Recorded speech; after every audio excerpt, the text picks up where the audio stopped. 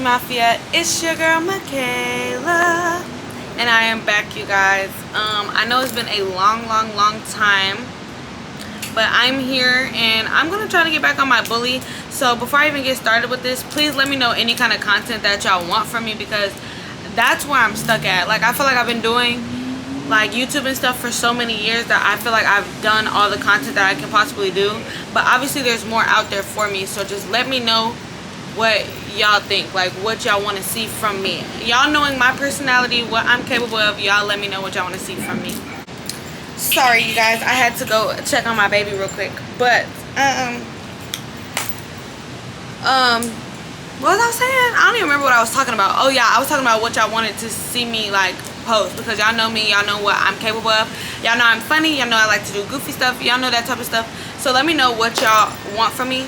I do think that I'm going to have a podcast like in a couple of months, but that's gonna be when I move and everything, so I can have my own space again, because as y'all know, my son has taken over my beauty room. So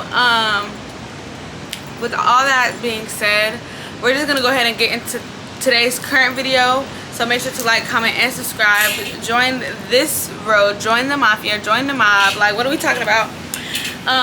But I'm about to give y'all like a little story time on like my labor and delivery, because every time I go live or anything like that, everybody's asking me so many questions like about every single thing that I've done or like did, or how my labor went. So I'm just gonna do a video so I can just refer people to come watch the video, because I don't want to keep telling it, like answering those questions over and over again. So I'm gonna like give y'all the basic kind of rundown on what happened to me and how it went and everything like that.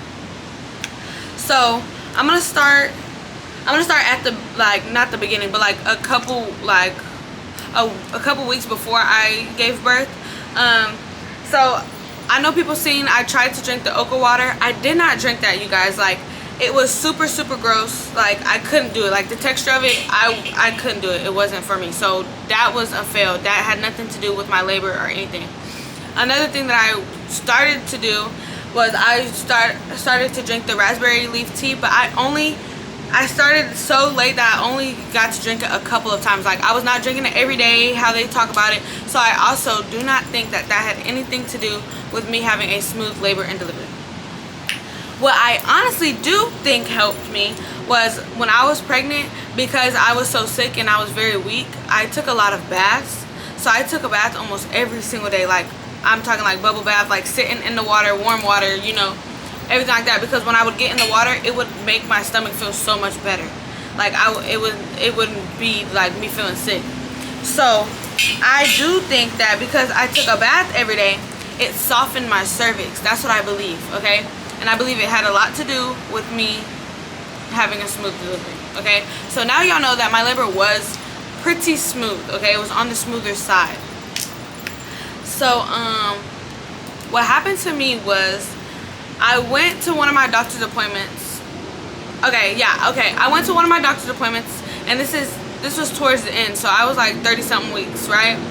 And it was when I was getting an ultrasound, and they could not see Chosen's lungs like moving up and down, and they want to see that in the ultrasounds towards the end, just to make sure, you know, like when he comes out, he's gonna be able to breathe. So on the very first appointment that they were checking for that, they could not see it until the very end. The doctor said that she's seen it like just a little bit, but they connected me to the machine to just check like baby's heart rate and everything like that, like just to check everything. So after leaving that appointment, I was good to go. They didn't like tell me, oh no, something's wrong, okay? So then I went to and while y'all, Dre just came out here. So babe, while you're out here, like while I'm talking, if you hear me miss something, like just throw it in there with me, okay? Like, just remind me. So then I went to my second appointment that they were supposed to be checking for his lungs to be moving, and again they could not see it. They hooked me to the EKG machine. That's what I don't know what it is. I think that is what it is. Right? So they hooked me up to the machine again. This was another day, and my doctor came in and told me that I was having contractions, and she was asking me like, did I feel them? And I was like, no, whatever. And she was like, well, I recommend you go to the hospital and you know, you just go ahead and get induced, because I was already supposed to be getting induced because I have a high risk pregnancy due to IVF. I don't know any of that, like I don't know the details behind all of that, but when you go through IVF, they just automatically put you through your high risk. Okay, I'll do another video, maybe like touching base with that if y'all want me to, like for another time, but this is not about that. So the doctor told me to go straight home. I mean, not straight home, go straight to the hospital and go get induced. Okay, no, I was not just going straight to the freaking hospital. I went home and I grabbed like my hospital bag, everything like that, everything for baby. Everything was already packed, but I went home first, y'all. Like I wasn't feeling no contractions, so I didn't feel the urgency to like get there. So also, this wasn't the first time that they seen his lungs not doing that. Yeah, exactly. So it wasn't like we was just like, no, we can wait. We was like, he just does this. Yeah, exactly. So we went home, but we didn't do anything else, y'all. Like it's not like we went home and we just stayed home for forever. We literally went home, grabbed our stuff, and left. But you know, I didn't follow instructions though. So then we got to the hospital. It took a very, very, very long time for me to get into a room. A very long time. Like, how long do you think? Exactly 8, 9, 10, 11, 12, 5 hours to get into the first section. To like the Yes, not the labor and delivery room, but like the first section, to even make sure that they'll get you, like you was ready for that room. Yeah.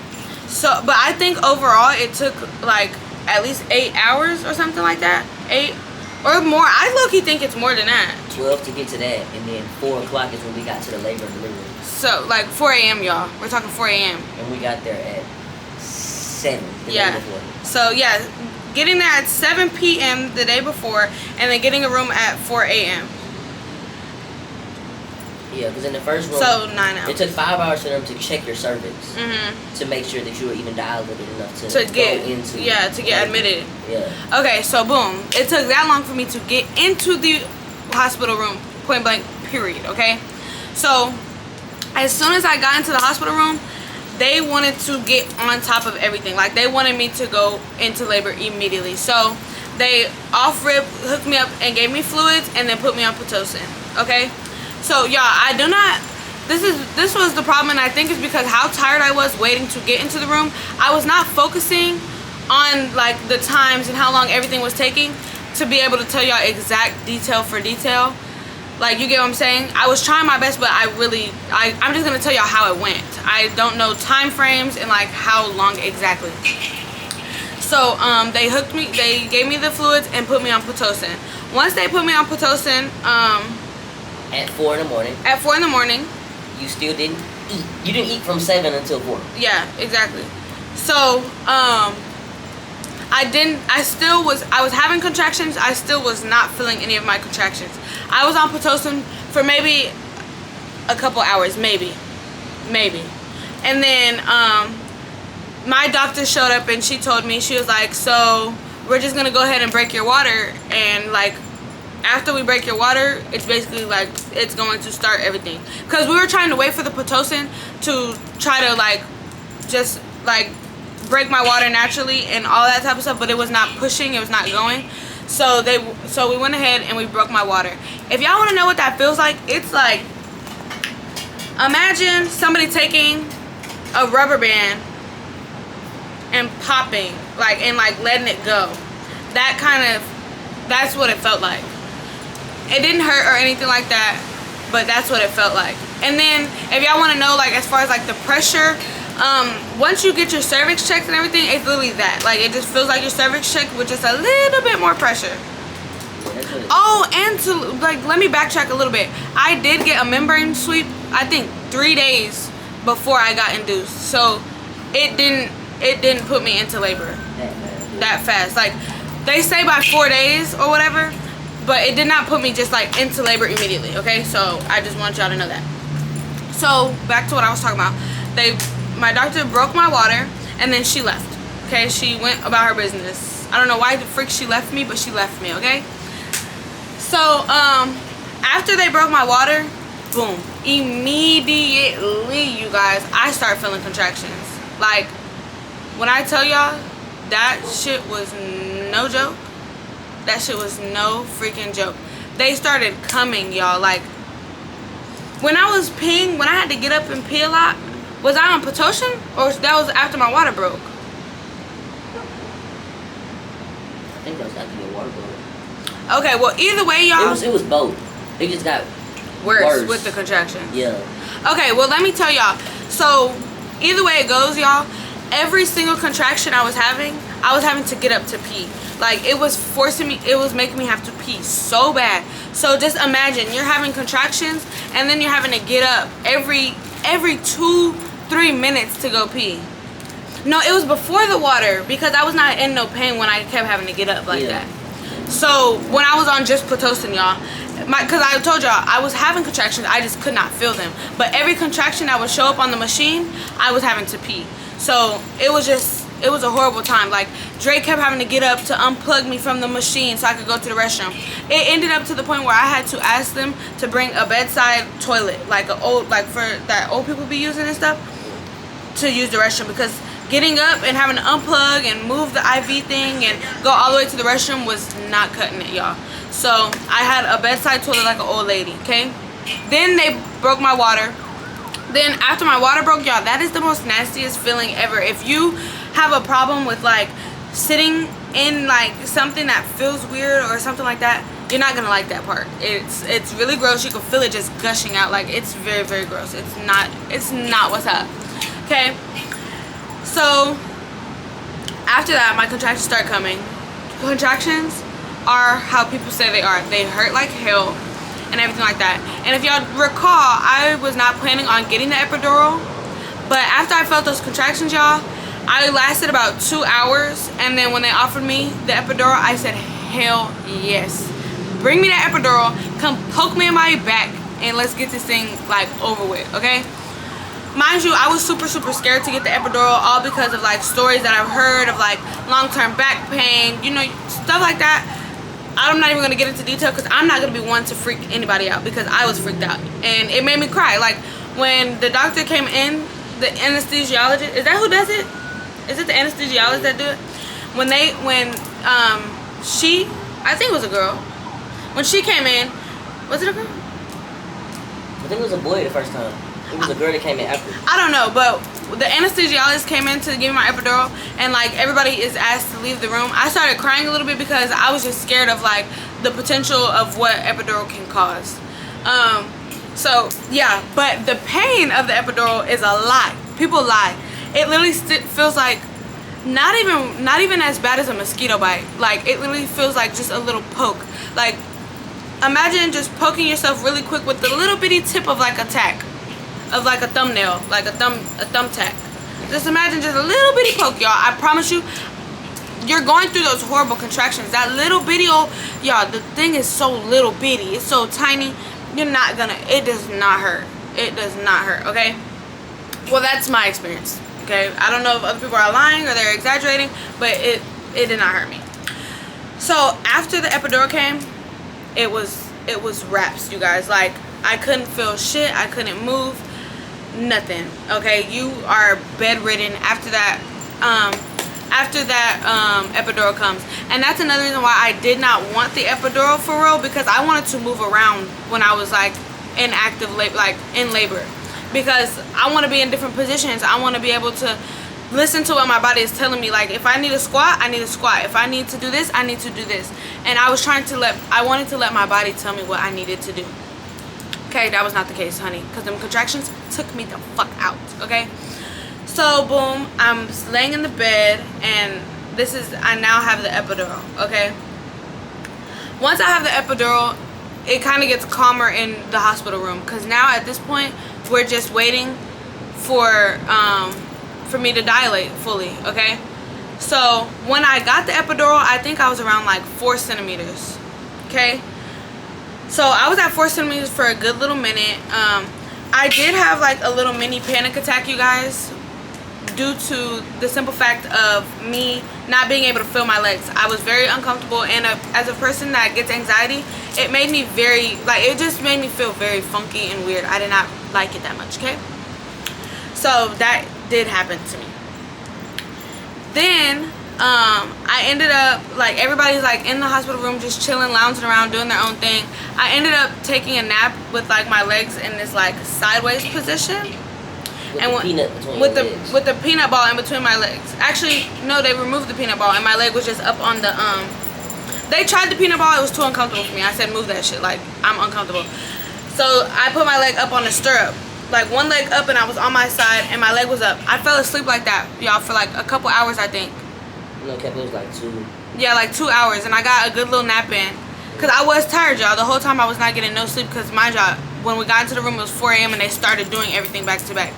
So, so I took a nap like that, y'all. When I woke up from my nap and they wanted to check my cervix, I was 10 centimeters dilated, and my baby's head was already right there at the bottom. I was gonna go get something to eat, but when they opened my wife's legs, I see his head. Yeah, so Dre couldn't even walk out to go get nothing to eat because it was time, baby. It was time. It was time. So we did a couple little like practice pushes with like this rope. I'll insert a clip right here. And we tried those little practice pushes with the rope, and I think that was a very good technique. Maybe if you see that, I think maybe you should try it, because I think it felt like it was doing something. Yeah, well, if your nurse don't offer it, put your nurse onto some game. Yeah, it felt like it was doing something. So 10 out of 10 recommend. So then, y'all, when we were doing that, they were also trying to get in contact with my doctor to tell her I am ready to push it. It's time to go. So my doctor was still at her doctor's office dealing with all her other patients, okay? So they were like, just wait. My doctor said just wait, and she's on the way.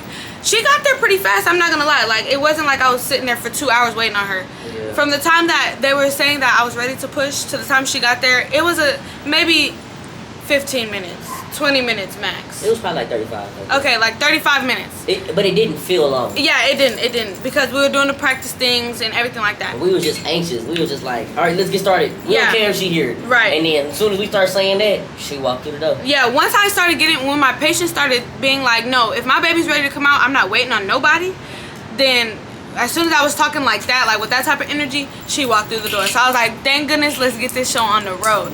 So when she looked down, y'all, and she was like, Michaela, your baby has so much hair. And I was like, thank goodness. Everybody kept telling me that, y'all, because his head was already down there. Everybody kept telling me, like, but I just wanted to see for myself, y'all. I just really wanted to see him. So, boom. My doctor is in there, and it is time to freaking push. Oh, I need a charger. Oh, my goodness. Y'all, this camera is about to die. So it was time for me to sit there and push, you guys. So, boom.